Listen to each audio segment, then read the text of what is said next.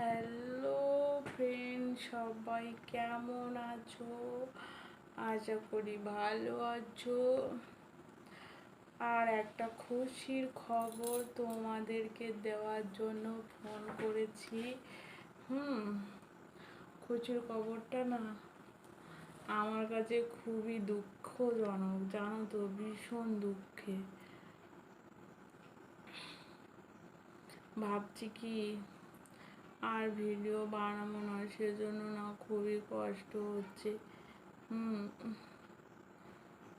কেননা ভিডিও বানানো না নিষেধ হয়ে গেছে, বুঝতে পারছো? খুবই কষ্ট হচ্ছে তোমাদের সঙ্গে কথাটা শেয়ার করতে। এই 2-3 বছর ধরে ভিডিও করছি, আর এখন যদি কেউ বলে আমাকে আর ভিডিও করতে হবে না, তাহলে বলো কতটা খারাপ লাগে। ভীষণ, এই যে ভিডিও বানাই না, ভীষণ কিন্তু কষ্ট করে বানাতে হয়, বুঝতে পেরেছো? কিন্তু দেখো, সে আর কে বোঝে বলো?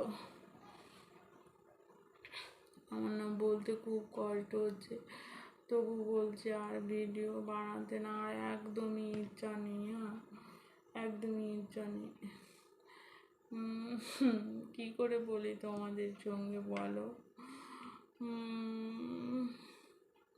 ভিডিও বানাতে না বারণ করে দিয়েছে, কে শুনবে? আমার বর ভিডিও বানাতে বারণ করে দিয়েছে, বলেছে কি তুই আর ভিডিও বানাস না। আমি বলছি কেন?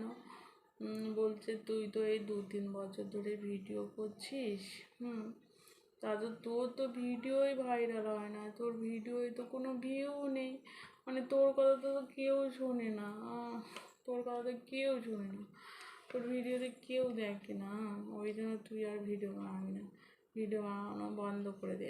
একটা মান সম্মান আছে তো না, ভিডিও বানিয়ে ছেড়ে দিলে যদি কেউ না দেখে তাহলে কি ভালো লাগে বলো? সেজন্য এই কষ্ট করে ভিডিও বানিয়ে কী লাভ বলো?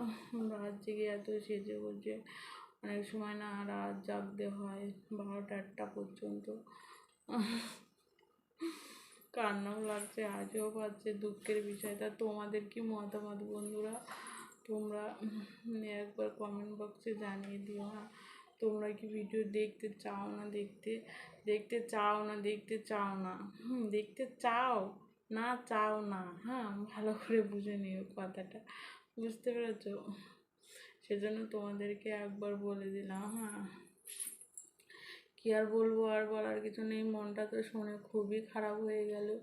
এখন দর্শকরা যদি আমার ভিডিও দেখে তাহলে আমি ভিডিও বানাবো, যদি না দেখে কেন গো? খেটে খুটে কষ্ট করে ভিডিও বানাবো, আমি তো সবার ভিডিও দেখবো, লোকেদের ভিডিও দেখবো, অন্য লোকেদের ভিডিও দেখবো, তাহলে আমার সময় কেটে যাবে।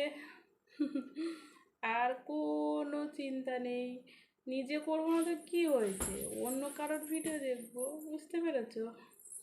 অন্য কারোর ভিডিও দেখলে তবে ভালো লাগবে, ভাববো না ওই তাদের মধ্য দিয়ে আমার ভিডিওর কিছু আমি মানে আর কি স্মৃতি। ঠিক আছে বন্ধুরা, গুড নাইট, ভালো থেকো সবাই, আবার দেখা হবে।